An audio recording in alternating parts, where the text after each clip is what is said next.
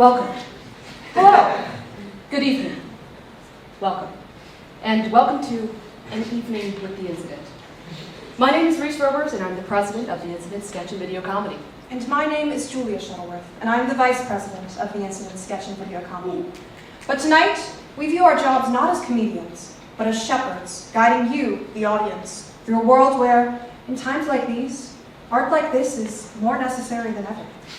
The year is 1346. BCE. The dawn of art. Flash forward, 1994. The Cold War. Flash back, 1689. The war. And close your eyes and imagine a desolate landscape. Fire. The year 2080. The future. But also our past. We have assembled for you tonight 10 pieces of art that we believe are deeply and uniquely human. Because in these uncertain times, art like this is more necessary than ever. We know for the masses, art like this can be a lot of things. Confusing, Scary. off-putting. But to that, I say, dear audience, be not afraid. In fact, I challenge you to sit in that discomfort. Dreadful in it. Because art isn't meant to give you answers. It's meant to give you questions.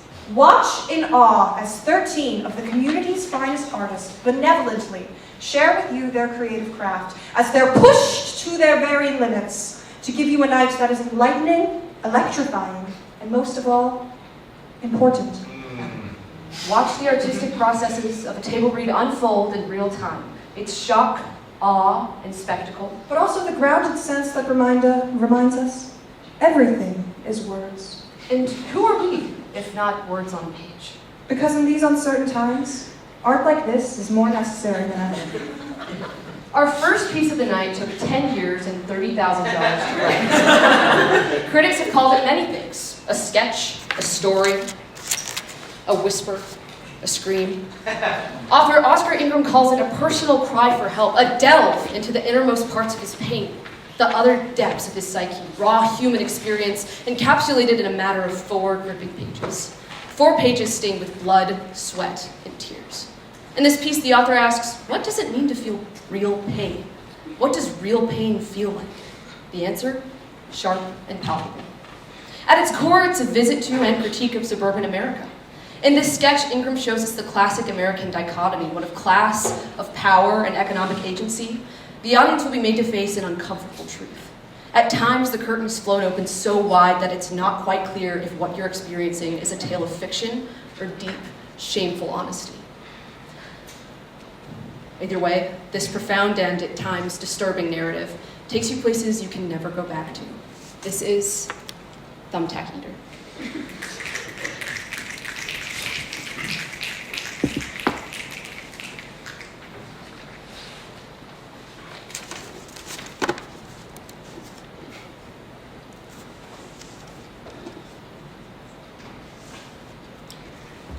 A man walks into a bar late at night. The door creaks as it shuts, sealing the warm interior from the harsh wind outside. A jukebox plays oldies tunes faintly in the corner. A man sits down at the counter. He's new here, a drifter from a few towns over. His eyes stay closed for a moment as he centers himself after a long journey. He speaks. I'll take a whiskey coke. Will do. A figure at the end of the bar moves, and the man notices another presence at the bar for the first time. The figure raises his finger to get the attention of the bartender. What'll it be? Whiskey Coke sounds nice. I'll take a mild one. You got it. The man speaks across the bar to the figure. Maybe he can make a friend. Your way. How's that? Tax. Come again? Tax. The man has had a long day. He sips his drink in thought. Thumbtacks if they have them. That's fantastic, man. The man takes a longer sip. He doesn't want to be hearing this. He picked this town over 8 other places to run away to. The bartender pours his whiskey coke and sets it down on the table. He reaches into his apron pocket and pulls out a handful of thumbtacks. He holds them out in his left hand and drops them into the drink one by one. The final thumbtack falls onto the table. Ooh. Thumbtack Eater slams his hand down on the table, embedding the thumbtack into his palm. He quickly brings it to his mouth and vacuums it. I just missed that one. God! Someone's new to town. Ever seen a man hoover some tacks? The man really isn't trying to bring attention to himself. No, I haven't. And that's okay. I'd like to enjoy my drink in silence now, please. Hey, come on. I don't mean to give a bad first impression. We're friendly here. Thumbtack Eater gives the man a big old grin. His teeth are red. His teeth are red with what? I think you're bleeding a bit. You sure? The tax have a lot of dye in them. I read about that in the paper this morning. Which paper? The one that always writes about thumbtacks. You have a paper that exclusively writes about thumbtacks? It's not exclusively thumbtacks. The other day they were about the new factory opening up across town. I heard they're gonna be making thumbtacks. Am I missing something? Are thumbtacks really big around here? Not really. Thumbtack Eater coughs up a bloody thumbtack. He sets it aside. Why do you ask? No reason. Say, stranger, what are you doing around here anyway? Run away from a dark, distant past. Oh, I really shouldn't say. Come on, you can tell us. Well, okay. I guess the main reason I left home is... A woman walks in with a briefcase. She has an air of prestige about her. Does somebody here eat thumbtacks? Who's asking? I represent an office supply company. We'd like to perform an operation to remove the thumbtacks from your system for redistribution. Redistribution. We're gonna rinse them off and sell them. For money. What's in it for me? The opportunity to not have thousands of thumbtacks in your stomach? I right here have a check for $1 million. Oh, score! I'm out of here. The man has had enough. Nobody in this town would even lend him an ear to talk about his woes. He leaves the bar and starts his car. Unfortunately, he doesn't get far as the road is covered in a thick layer of thumbtacks. His tires pop and his car is stranded about 10 feet from the door of the bar. He exits the vehicle. Damn. His mind, full of thought and yet empty of emotion, slowly wanders to the tacks beneath his feet. Could they really be so bad? That freak at the bar sure likes them. Well, Maybe just one. he grabs a thumbtack off the ground and climbs to the top of his car. The stars are out on this clear summer night. He pops the tack into his mouth and chews as he considers how he got here and where he might go next. With the summer breeze in his hair, the stars in his eyes, and the pleasant taste of plastic and metal flooding his taste buds, he doesn't quite care. Maybe this town ain't so bad. The bar door swings open. The office supply woman leaves, carrying 2 full plastic bags. The end.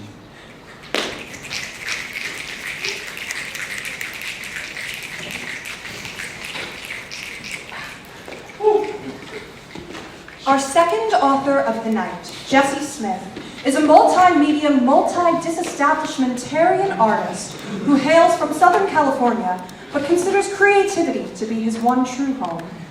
One night he took coke from David Schwimmer of Friends fame. Well, he thought it was coke. He really took the placebo and proceeded to, as he described it, commune with the gods. All of them.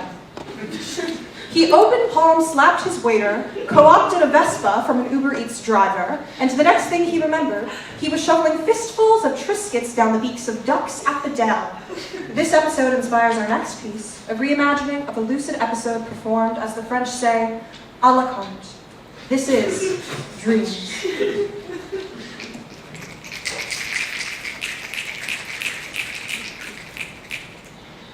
All right, class, let's get started. Let's open our textbooks up to chapter 4.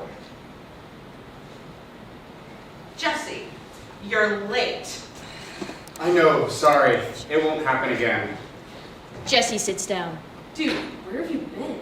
You will not believe this. I had the craziest dream last night. Gymnopedies start to play as we fade into the dream. I was driving in the car on the way to incident practice. You were there. We see a Reese-looking figure in the passenger seats next to Jesse. Well, at least I thought it was you. Person turns to the side and we see it's an incident member with a Reese wig. And then all of a sudden we hit a pedestrian. You were driving. Didn't you just say that you were driving? Reese, this is my dream. I think I know who was driving. Jesse was driving. And I got out to make sure that the pedestrian was okay. I was pretty sure you ground that pedestrian to a pole. But the crazy thing was that it was you. Turns over pedestrian on the ground to reveal it is another Reese fake. At least I thought it was. Speaking through the face of Dream Freak Reese, where they mouth, but Reese still does the voiceover. That's weird. What happened next? All of a sudden I looked up and there wasn't a car anymore. And I wasn't on the street. And I was in a church, praying. Let me guess. You looked up at the cross and instead of Jesus, you saw me? What? No. It was definitely Jesus. Are you going to let me tell you this, or are you going to keep interrupting? Sorry, keep going. Well, you know what they say about churches. No, what's that? Here's the church. Here's the steeple. Open the door. There are the people.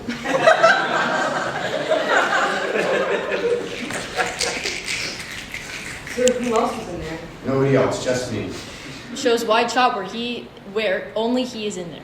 I'm confused. It doesn't matter if you are confused. This dream's not for you. It was for me. I think it was some kind of message from God.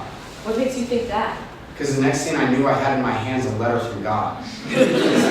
Shows shot of a letter postmarked from God. Well, aren't you going to ask what it said? I didn't want to interrupt your story anymore. The letter was blank.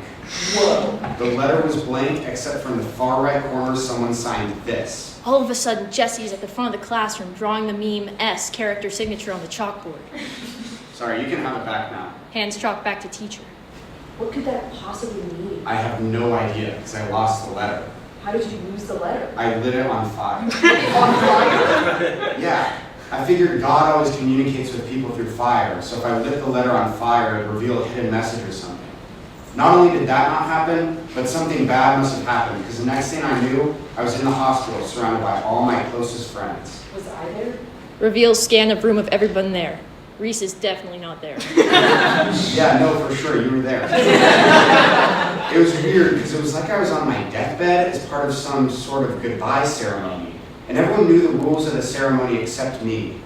And everyone came up to me and handed me a gift that they remembered me by. We thins.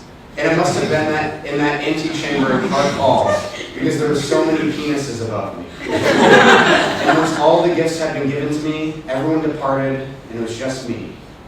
And I was overcome by an overwhelming sense of peace. That sounds beautiful. In person. And then I woke up and came here. But this still doesn't explain why you were late. Oh, that's because I hit a pedestrian on the way here. Excuse Teacher me, can we please focus on the lesson? I'm sorry, Mrs. Wright. turns around, revealing she is Reese. Don't let it happen again. Jesse looks perplexed and looks around, and everybody is Reese. And then no one is there, and then ends pushing in on his unending horror. The end.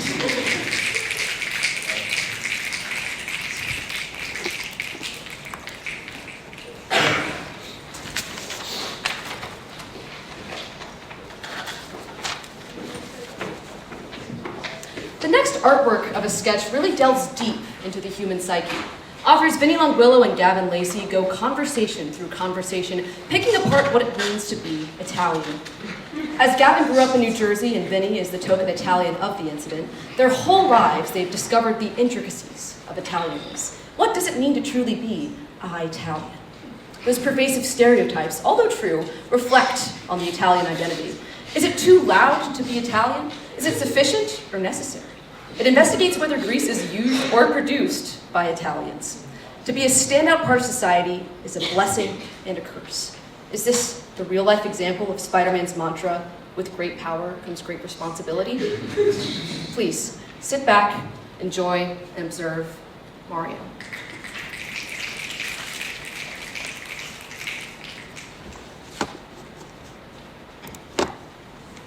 Kid's 8th birthday party, suburban backyard. The mom hired Mario entertainers for the birthday party. Mario barges in, Italian loud through the side gate. The mom hears it. Hey kids, I think someone you'd all like to meet just arrived. Wop Mario walks in. Hey yo, how you doing tonight? Who are you? The fuck you mean? This is me, Mario. You're definitely not Mario. Yeah, I am. I'm Mario Giordano. Well, something was miscommunicated because I talked with a lady and she said I was paying for Mario and Luigi. Okay, you got me. Like I said, I'm Mario Lombardi. Mom, Mario smells like a meatball sub. Hey, fuck you, kid. Don't talk to my kid like that. I'll do whatever I want. And you pay for us, lady, so I ain't going nowhere till I get my dough. Dough? Don't you dare make a goddamn Italian with some pasta joke. Fine, but why the hell do you have a tool belt on? Oh, and here comes the plumber jokes. Lady, you best watch yourself. Luigi stumbles into scene. Mario, we getting paid soon? I haven't had a bump in like an hour. And who's this? Like I said, you hired me, Mario Mancini, and also my brother Luigi. We're the sleazy Mario Bros. Mario, the white powder inside is only flour. Luigi is scaring me. He doesn't look too good. Hey kid, you got anything? Like a cigarette and light I could bum? No, he does not. He's only 8. The fuck that matter? I was bumming 6 when I was... bumming 6 when I was 6. I got you, homie. Mario, I'm itching for a fixin'. Okay, you guys need to leave. Irish Bowser walks in from the side. Are you fucking kidding me? He's not gonna be out there. Ah, fuck Luigi. It's the Irish mob. Damn it, Mario. I haven't paid for my supplies lately. Seems you got some Italians who need to pay. Bowser, I swear I was getting money from the party to pay you. I am not paying for this or getting involved in any of this. Too bad, lady. You're a part of this now. Flashes gun in waist. Bowser, just give me one more day. Too bad. You owe me too much now. Hey, Bowser, calm down. There's something we can do, right? What about my girl Peach? Been there, done that, laddie. I don't want your old goods. Jersey Shore Peach comes in from the side, overhearing this. The fuck you say about me? Mario, do something about this shit up. What am I supposed to do? Plus, that kid's mom's a smoking broad. Hey, I invited you into my house. Just the truth, lady. Maybe I'll just sleep with your brother again, Mario. Oh, you fact, Mario. Sleeping with Luigi, is she? Get the fuck out of this, Bowser. I know you're lying, Peach. You couldn't pitch a tent with a whole bottle of Viagra. Pulls out the gun now. Shut your asses up! Now, Mario, give me the money Luigi owns, and you can all go on your own ways. Unless you want the lassie Peach to get blasted. Points gun at Peach. Bowser. Should have threatened the rocket of a mom over here instead. Probably ain't as broke as that steak Peach is. Guess you're right, lad. Points the gun at the mom. Oh no, you fucking did it! Pulls out taser and tases the shit out of Bowser. Nobody points a gun at me and call that stay-at-home whore hotter than me. You guys need to leave. Real Mario and Luigi entertainers pull up. Hey, kids, it's me, Mario.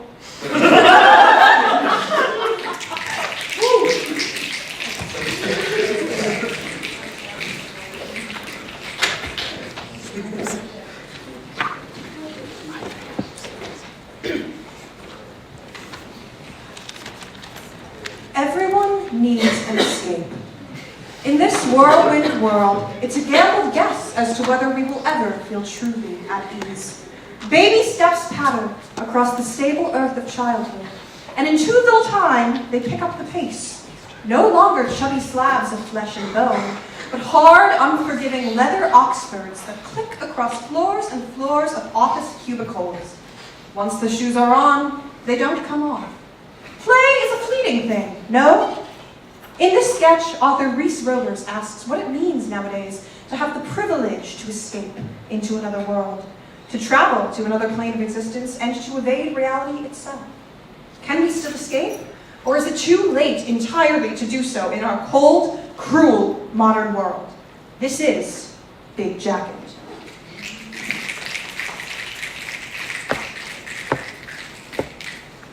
Three friends stand around in the cold. Their car is dead and they have nowhere to go. Evelyn has a decent winter jacket. Anthony has a ridiculously large and long puffer jacket. It goes all the way to the ground. He is so warm and toasty. Jason is in a short-sleeved t-shirt, shivering. Jesus, it's cold out here. Well, Jason, you clearly didn't see the weather forecast this morning. Snow incoming tonight. You're gonna freeze, man. Hey. He unzips his jacket. He unzips his jacket a little bit. Get in here, big guy. No worries. Plenty of room. Thanks, Anthony. I'm good. You know what? I think if I just run around a little, I can warm up, get the body moving. He takes a lap. Just you wait. He'll come crawling back to me. Jason comes back looking slightly warmer, definitely more out of breath. Oh, I can feel the blood pumping. They all stand there for a beat. Jason shifts his weight from foot to foot. Looking awful cold out there, Jason. He zips his jacket down further. Steam rises into the air. It probably smells like warm bread. Sure you don't want to warm up with Papa? Nice and toasty. It'll put you right to sleep, I promise. Jason considers. What's the low tonight again? 15 degrees. Take it or leave it, Jason. Anthony opens his jacket up all the way. Okay, fine. Here I come. He waddles over to Anthony, fully absorbed by the puffer jacket. Anthony zips him up, long and victorious. What did I tell you? Works every time. Well, Jason, warming up in there? You know what? I am. It's so warm in here, Anthony. You're a genius. Cut to inside of the jacket. Jason is in a world of his own. His face is pressed against the metallic lining. He's so comfy. Out of nowhere, the scene erupts in light. Whoa. Back to outside. It's like another world in here. Take it all in. Man, it must be crazy cozy in there. Oh, you have no idea. Cut to, the inside of Anthony's jacket is now another realm. There aren't any really discernible surroundings, but it's shiny and warm. Guys, I have no idea what's happening. It's like another world in here. He holds his hand out in front of his face. It starts fading. Cut back to outside. Long day, huh? Yeah, you could say that. Guys! Do you hear something? Jason, you okay in there? Not to worry. Guys, something bad is happening. I don't... Poof! What the hell, Jason? Hello? Knock, knock. She knocks on the jacket. No one answers. Where did he go? Cut to, Jason in a field. He has a garden and looks significantly older. Old Jason tends to his garden, pulling weeds. He sits up after a while, then walks over to a rocking chair. He sits down, closes his eyes, and rocks back and forth for a beat or two. Cut to, outside. Okay, Anthony, what the hell is going on? Really, tell me, is this some kind of magic trick? Want to find out? He opens his jacket up all the way, arms open. A crazy amount of steam rises out. He is engulfed in a warm fog. So beautiful. She enters, a beat. Cut to, Evelyn falls on the ground, then looks up. She's in Jason's world now. Oh, hello, Evelyn. Took you long enough. Where are we? Home. We're home. Cut to, Anthony alone in the cold. Anthony is left standing alone. He chuckles. All in a day's work. He fades into the night. End.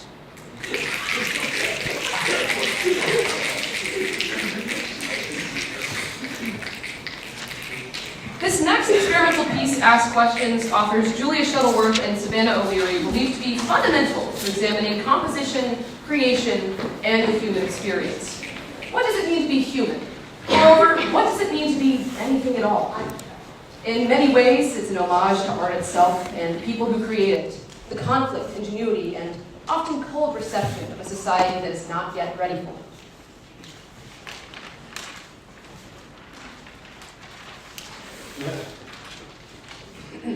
It explores the beauty of creation and noble sacrifice for the sake of art. Without further ado, this is Cake Boss.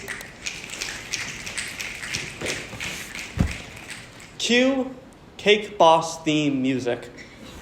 This is Carlo's Bakery. Every week, thousands of cakes and pastries go out these doors. This is the crew, mi familia. We're going to take this bakery to the top. They call me Buddy. I'm the boss. This is Cake Boss. Montage of Cake Boss theme footage. This week, we were tasked with making a birthday cake for the 5th desperate housewife. Who knew there were so many?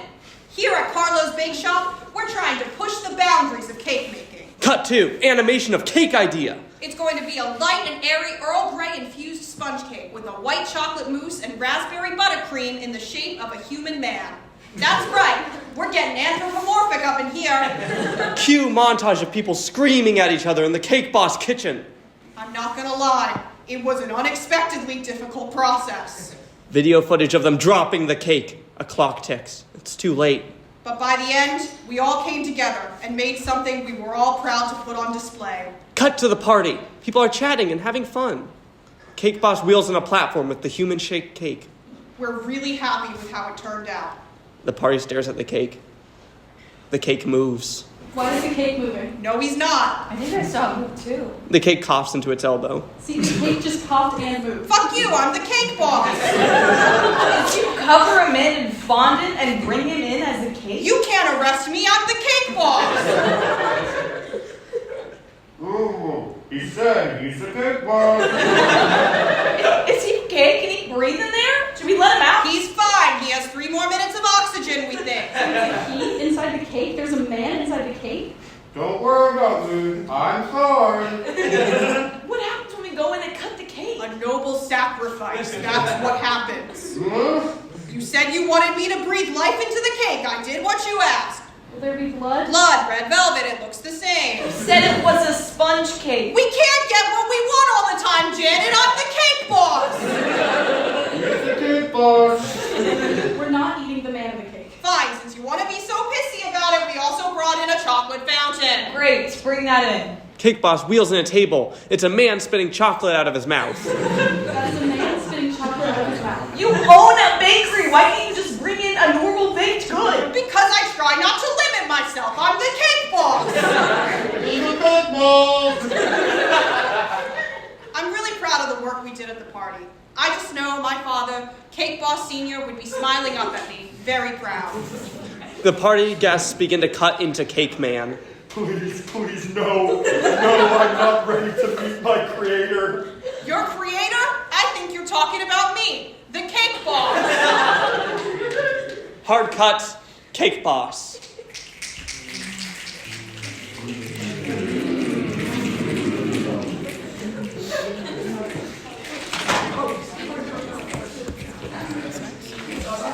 Fateful meeting.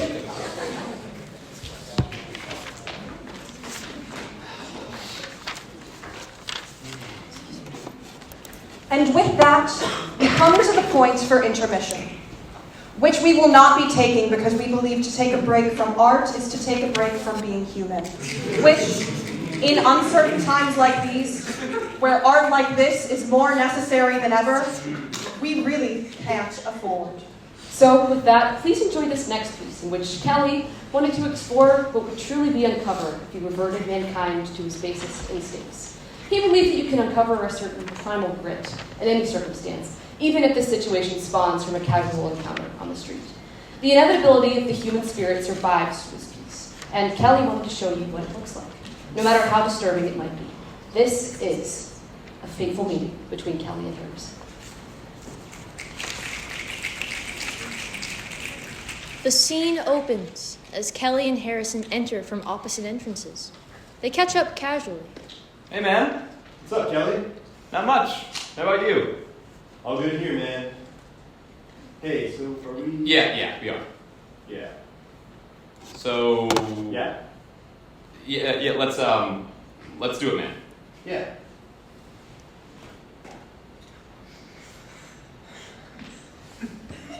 Kelly and Harrison take a deep breath together after a count of 3. Kelly and Harrison engage in a shocking and surprising contest. At first, they look unfazed, as if they could do this all day. They make jabs with each other, miming banter, but silent because of the breath holding. The same kind of catching up you would see from friends who are like almost close, but not wedding party close. They're chilling, but then we notice that Kelly and Harrison start to getting a little red. They check in with each other, still with breath held, making sure the other is all right. They get more red. The movements are a little more labored than they were before. Actions are deliberate, focused efforts, and it's quite apparent the lack of oxygen is a serious roadblock to the effortful ambulations. They hold on to random objects to stabilize themselves. They struggle to stand. They begin to embrace each other as their faces get purple. Arm's length, of course. It starts getting more physical. This scuffle is one of domination, willpower, perseverance, and fear. This is clearly a contest of strength that they did not know they had before. There's pushing, sumo wrestling, and regular wrestling.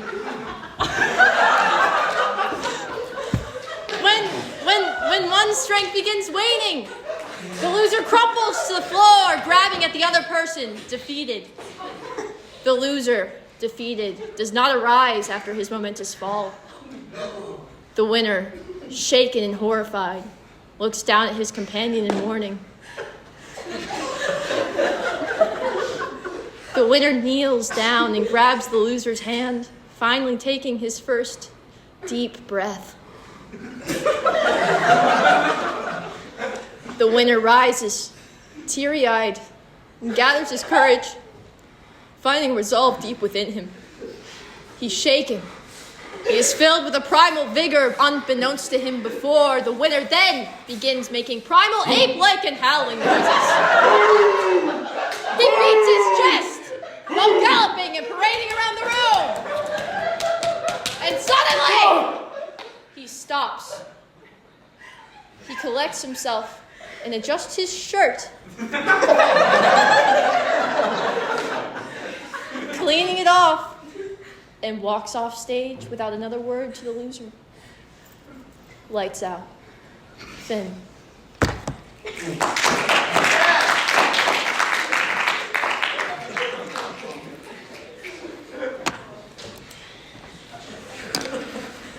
This next sketch is one of two works in the show by author Rhys Rogers, which examine the role of the canine, the dog, colloquially, in human society.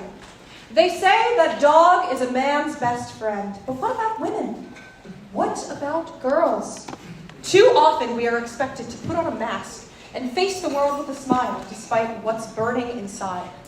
A commentary on the universal experience of girlhood, this sketch asks, what happens when we just let ourselves go? Why can't we tap into our most animalistic instincts?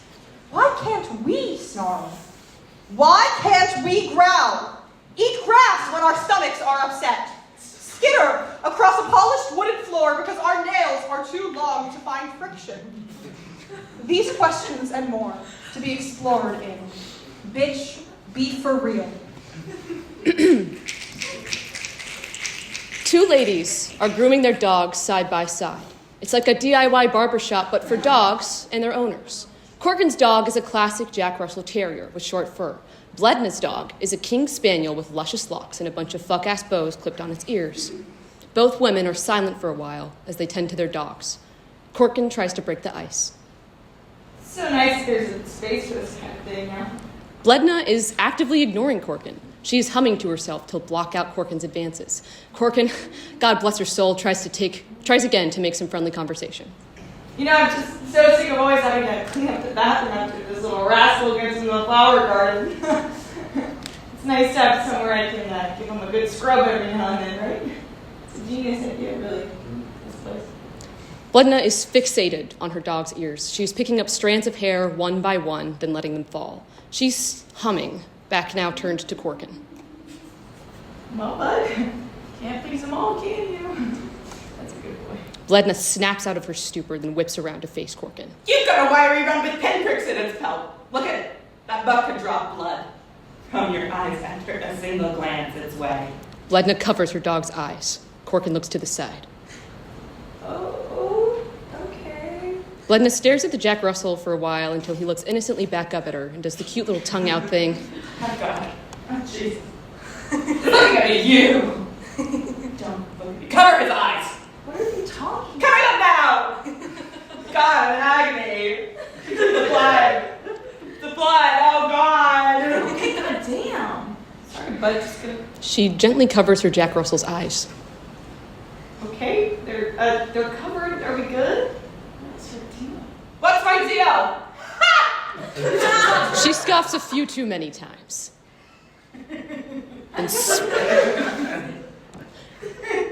Then spits on the ground.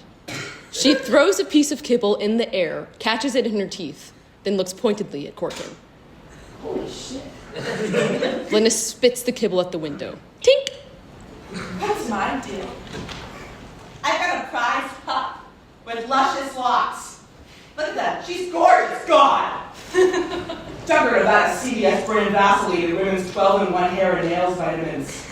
I pre-chew them, Mama Bird style. Settle into the mix. It's effective to a T, she loves it. Oh. She's permeated with nutrients, saturated even.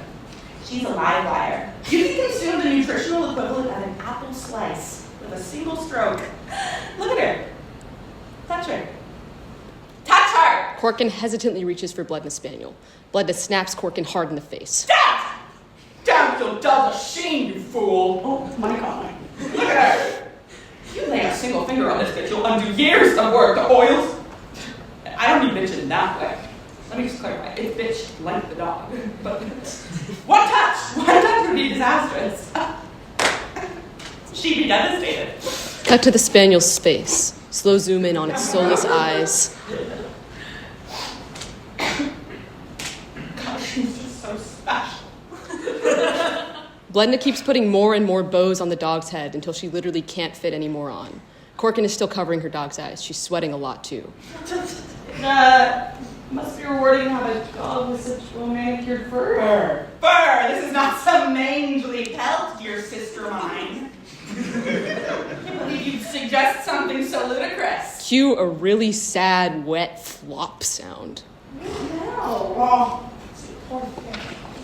She still needs training, but we're working on it, aren't we? Bledna whips out a rag and goes to clean up her dog's mess. It's just a puddle of glitter glue. That can't be real. Oh, it is. Corkin looks on in disbelief. Bledna hisses. Hey, that's it. We're out. Thanks, the old tub it is for us, huh, bud? Corkin and her dog walk out of the barber shop. Some people. They look back through the window. Bledna is now holding her spaniel over the Vaseline vitamin mixture. It looks gnarly. The spaniel does that thing where dogs pretend to swim over any minuscule body of water. It's pathetic. God, poor dog. Bledna snaps her neck towards the window, as if on cue. Corkin averts her eyes immediately, and then goes on her way. The end.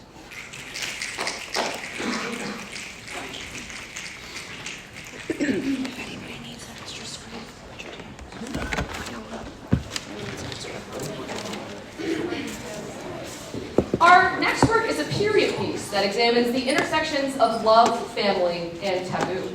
The setting, Regency era England. The time, the 1800s, probably. This piece from Julia Shuttleworth peels back the curtain on history, mass media, idealism, and perhaps the concept of love itself. Join us as we embark on a journey through time, genetics, and journeys. This is Bridgerton, a family affair.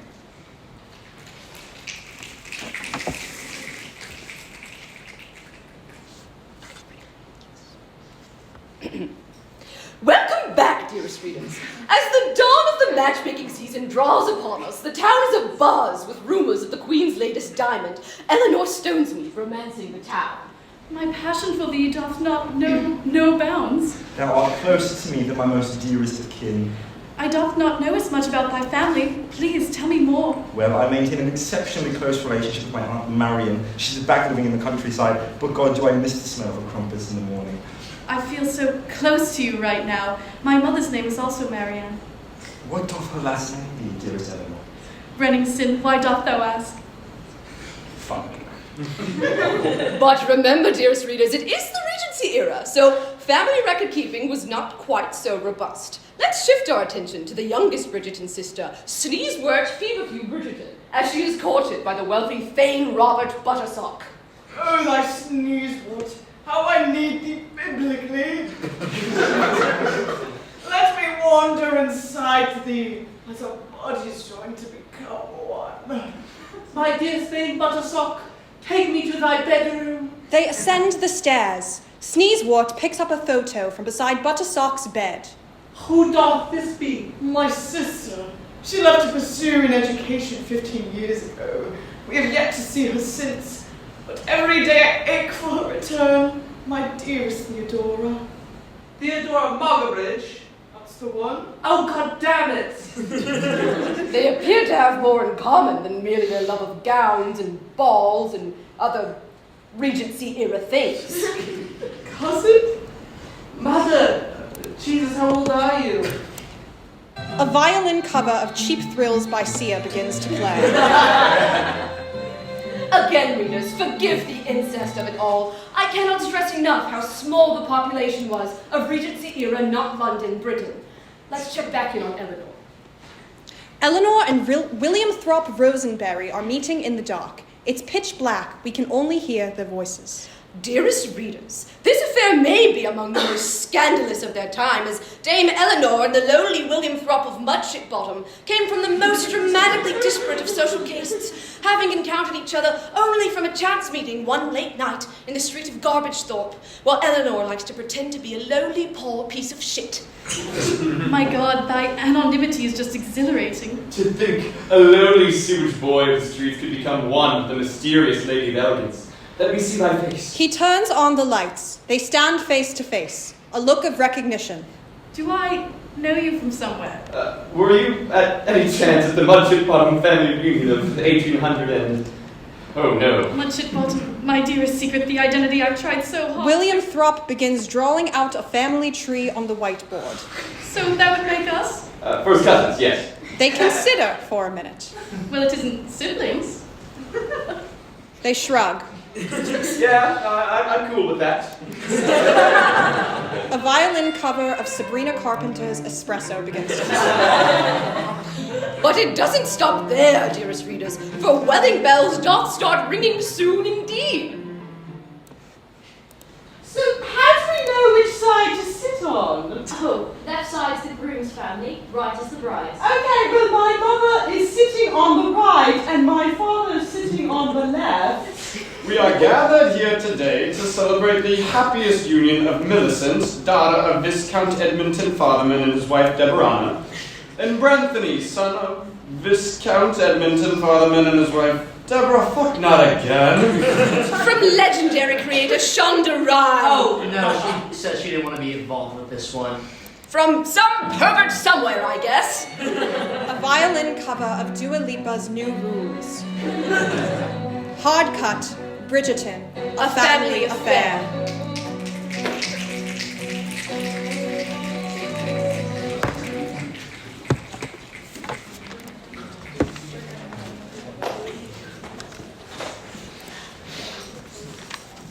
In 1803, Thomas Jefferson purchased the Louisiana Territory from Napoleon Bonaparte. This sale set into motion a westward expansion which enthralled the nation. 100 years later, after all the gold rushes had ended, the critically acclaimed film, The Great Train Robbery, reimagined the history into the Wild West, kickstarting the Western genre. In the 1960s, a new type of Western appeared, the spaghetti Western. Named as such for the movie theaters serving spaghetti with their films, the spaghetti Western quickly became the most profitable genre of all time, a record it still holds. The undisputed prince of the spaghetti Western is the good, the bad, and the ugly. However, it is still a product of its time, and as such, flawed. This art piece from Caitlin Virgin seeks to analyze this film as well as its genre and all the historical and ethical revisionism involved. This is Gopher.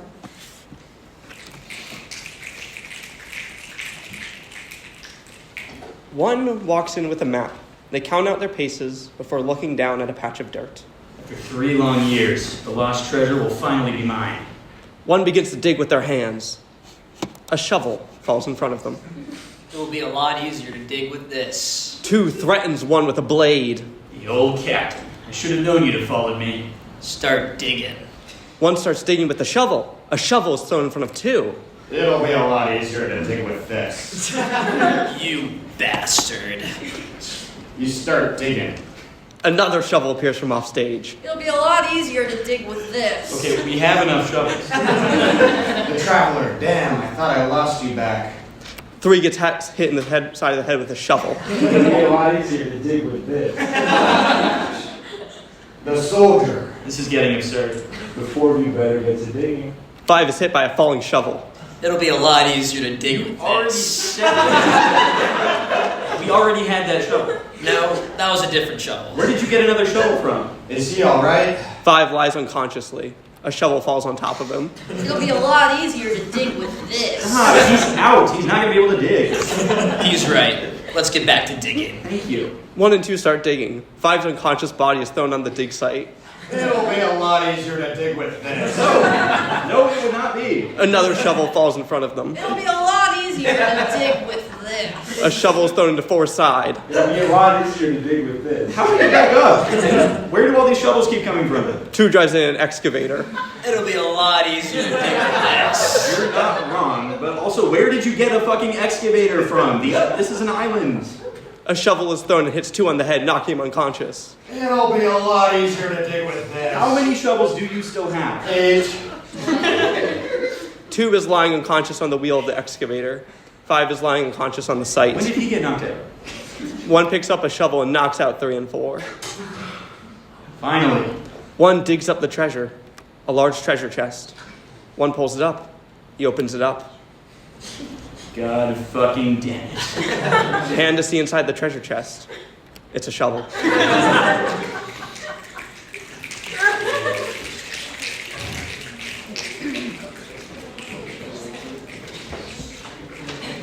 And just like that, we find ourselves about to read the final sketch of the night. Like sturdy, sprawling mountains turn to nothing more than dust in the wind, we too are no match for the fleeting passage of time. In our last tender morsel of comedy this evening, we ask you to join us in a grounding, collective breath. 3, 2, 1.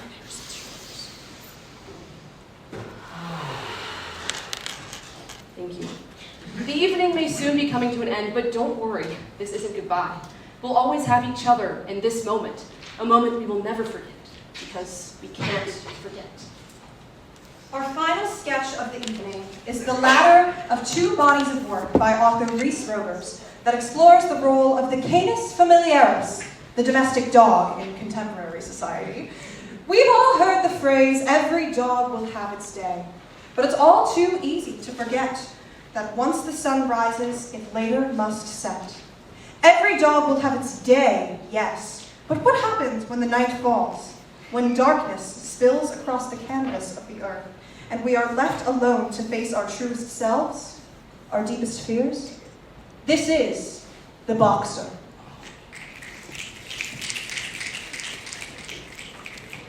Boxer 1 and Boxer 2 are standing around, listening intently to their coach's pep talk. You boys ready to rumble? Yes, Coach! We're gonna get into the nitty-gritty today. I'm talking right hooks, left hooks, jabs every which way. The rough and tumble, the hit 'em up, the old smick-smack devil and do the usual. I love the usual! Then stop standing around and let me see what you got. Into the ring, boys! Coach blows his whistle. Boxers 1 and 2 go at it. 1, 2, 1, 2, 1, 2. You can do better than that, son. Put your knees into it. Boxer 3 runs through the door, clearly in a hurry to get there. Oh, hey guys, I am so sorry I'm late. You would not believe the day I've had. Keep your sorries in your pockets, son. A real fighter always shows up for the cause no matter what. Yes. Yes, Coach! Yes, Coach. I just... Oh, now. He whistles through his teeth. What silly, sorry excuse do you have for yourself today, Buster? Yeah, like I was saying, I'm really sorry I'm late. I just couldn't find anyone to take care of my dog. Your dog! Oh, sure. Happens to the best of us. But if your dog's really the reason you're late, then tell me, son, where is he? He got you. That's actually what I wanted to ask about. I mean, I'm paying a pretty steep price for these boxing lessons, so obviously I don't want to miss them. Gotta get my money's worth, you know. So I brought him along with me. Is that okay? Rufus, come here, buddy. Enter Boxer 4, Rufus. Boxer 3's dog, except he looks a little more like this. Rufus lifts his hand silently to say hello, but doesn't wave. He never makes a sound. Note, everyone treats Rufus as if he is a dog, and not, in fact, a bipedal human wearing a latex dog mask over an ordinary outfit. Rufus is a dog, and a dog's a dog's a dog's a dog's a dog. Yeah, he has not been feeling well lately. Circus a dog, you know what they say. So I just didn't want to leave him alone. Coach is overcome with an immediate fervor, a thirst for something much, much bigger than himself. Why didn't you bring him in from the get-go? I just wanted to check first, you know, make sure nobody had like, pet allergies or anything. Nonsense, son! Looking past Boxer 3 at Rufus. Well, just look at you. what? Hi there, Rufus. Hey, buddy boy. Rufus nods curtly back at Coach. Just be careful, Coach. He's normally pretty friendly, but can get kind of aggressive around people he doesn't know. The coach turns his head dramatically back towards Boxer 3, a twinkle in his eye. Aggressive, you said. Not to give Rufus a bad rep or anything, he just gets nervous around strangers. Is that true, Rufus? Rufus shrugs. Well, let's see what the boys got. Wait, Coach, don't! Here, Rufy! The coach jumps at Rufus with some utterly animalistic maneuvers. Rufus shrugs him off for as long as he can, but a dog's gotta fight back at some point. He takes one swing and absolutely clocks Coach. Coach wipes blood from his mouth, then stands back up, shaking his head. He points at Rufus. That is what I want to see! What the hell was that about? Whatever do you mean, son? You just jumped my dog. It's a dog, Coach, merely a pup. What did he do to deserve that? This ain't no pup, son. This here is a star. He is exactly what I've been waiting for. Now hold on a second, you hang tight, Rufus. Boxer 3 looks at Rufus like, what the fuck? And Rufus just kind of shrugs. Coach leaves the stage for a moment, then returns with a pair of golden boxing gloves. For you, Rufus. Coach gets down on his knees and presents the gloves. Rufus points to the gloves, then to himself like saying, for me? The coach nods. Rufus puts them on. He flips his hands over and back, settling into what could be his newfound purpose in life. Boxing for Coach. Something he can finally be proud of. Wow. Okay, what is even happening right now? You just have those ready to go, special dog-sized boxing gloves for his tiny, typical, completely ordinary dog-shaped hands. Rufus holds his hands out in front of him. They're not really dog-sized, but he doesn't care. He's moving on to better things now. And sometimes that means leaving people behind, even the ones you love. Son, Rufus is moving up in the world. Rufus hasn't even had a lesson. He had one lucky punch just now. He's a dog, for Christ's sake. You hearing this, Rufus? Rufus nods. And do you like what you hear? Rufus shakes his head no. Coach walks over to Rufus and starts massaging his shoulders like they do in boxing movies, right? That's a thing they do? Yeah. How does that make you feel, Rufus? That your owner here, Mr. A Dog's a Man's Best Friend, doesn't believe in you, doesn't see your potential. Doesn't seem like much of a friend to me, does he now? Rufus shakes his head more. He gives a thumbs down. Coach massages deeper. Now, what does that make you want to do, Rufus? Does it make you angry? Yes. You feel it deep in your bones, Ruf? Deep, deep down. Yes. He starts punching his hand. Rufus! You know what you have to do, Rufus. You were made for this. You were made to be here with me. Rufus, no. Rufus turns away. He can't stand to face Boxer 3. He's already made his decision. Think about all the fun we've had together. Think about your little dog bed and your Chewy toy that looks just like you, Rufus Jr. Remember? What about Frisbee at the park at sunset? The peanut butter I put in your dry food every day so it doesn't taste like sand. Did all of that mean nothing to you? Rufus turns slowly to face Boxer 3. Remember, Rufus? Don't you remember? Rufus stares Boxer 3 down with his unmoving 2D latex eyes. There is no recognition. There is no sympathy. Coach has turned him into a monster, a fighting machine. There is no going back from here. Now, son, Rufus might be a dog, but he ain't no son of a bitch. There's only one thing left to be done. A look of sheer dread falls upon Boxer 3's face. No. Lights out. Ding, ding, ding! Crowd roaring!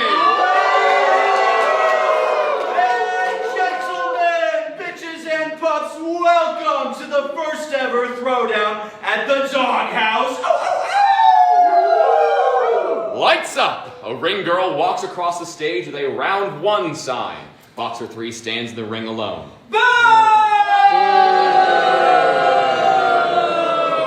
Boxer 3 shrinks into the corner. Now, I don't know about you guys, but I want to see this guy's dog beat him up with his bare fists. Or should I say dog fists?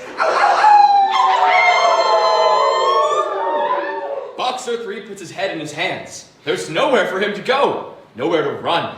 This is the face of a man who's about to be beaten to a pulp by his own dog. They say you can't teach an old dog new tricks, but I hear Rufus knows how to throw the fuck down. Come on, everybody, let's welcome him out. Rufus! Rufus! Rufus! Rufus comes out through a cloud of smoke. He has a gold robe to match his golden boxing gloves. Coach is in the corner of his ring, massaging him up. Looks like the teeth are out, the ears are down. It's gonna be one hell of a round for this poor sucker. Rufus runs around the ring, holding his hand to his ear for applause.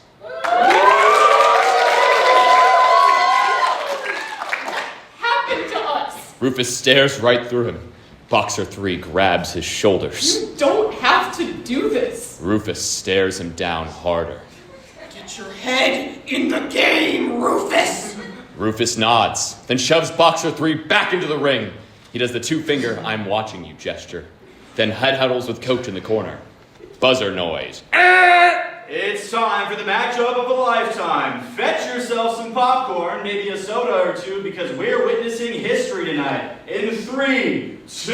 The referee blows his whistle. Rufus jumps a few times to warm himself up. Let's talk about this, Rufus. This is insane, please. Rufus shakes his head, then lunges at him. He gets a hit in. I don't want to go out like this, goddammit. But I can't hurt you, Rufus. You're still my little guy. Rufus lands another hit, right in Boxer 3's gut. It hurts. Please. Another hit. Boxer 3 can't take much more. Tears well up in his eyes. You made me do this. Boxer 3 winds up, then lands a punch right on Rufus's schnoz. Rufus staggers back in shock. What the hell am I supposed to do? I don't want this. I never wanted this. You did this to me. You did this. He points at Rufus, then falls to his knees. He looks up at his little guy one last time, tears falling down his cheeks. Just do it. Get it over with. I'm done. Boxer 3 opens his arms and leans back, accepting what's to come. Rufus stands there for a moment, looking down at Boxer 3, his former owner, his former friend. Does he have what it takes to be the best boxer in the world? Of course he does. It all starts here. He can't throw that away. He puts his golden glove on Boxer 3's shoulder. Boxer 3 smiles. Rufus comes in with his other hand and hooks Boxer 3 square in the jaw, obliterating any fragment of hope or joy that man had left in him. All motion happens lit by a red strobe light, which Reese has, giving an eerie stop-motion effect. Ding, ding, ding! K.O. Lights out. Crowd roaring! Everything is dark except for Rufus's face, illuminated by a flashlight just off stage. The noise fades out. Rufus takes off his mask. The person behind the mask is covered in fake blood. After the chaos, after the deed is done, he only has one thing to say. It's a dog-eat-dog world. And neither of us are dogs. He points out into the audience and stands there in silence for a beat or two. Rufus puts his mask back on. Lights up! The referee slaps the ground 3 times! Boxer 3 is dead to the world! And the winner is Rufus the dog! Rufus raises his arms in victory, holds his pose, then brings them in like a conductor cutting off a symphony. Around him, everyone freezes in a twisted tableau. The ring girl holds her sign in the air. Coach fist pumps the air with enthusiasm. The MC stands hunched in the corner, yelling into the mic. Boxer 3 lies motionless in the ground. Rufus steps forward, away from the tableau, leans in towards the audience. This is his parting shot. Whoa. Lights out. End.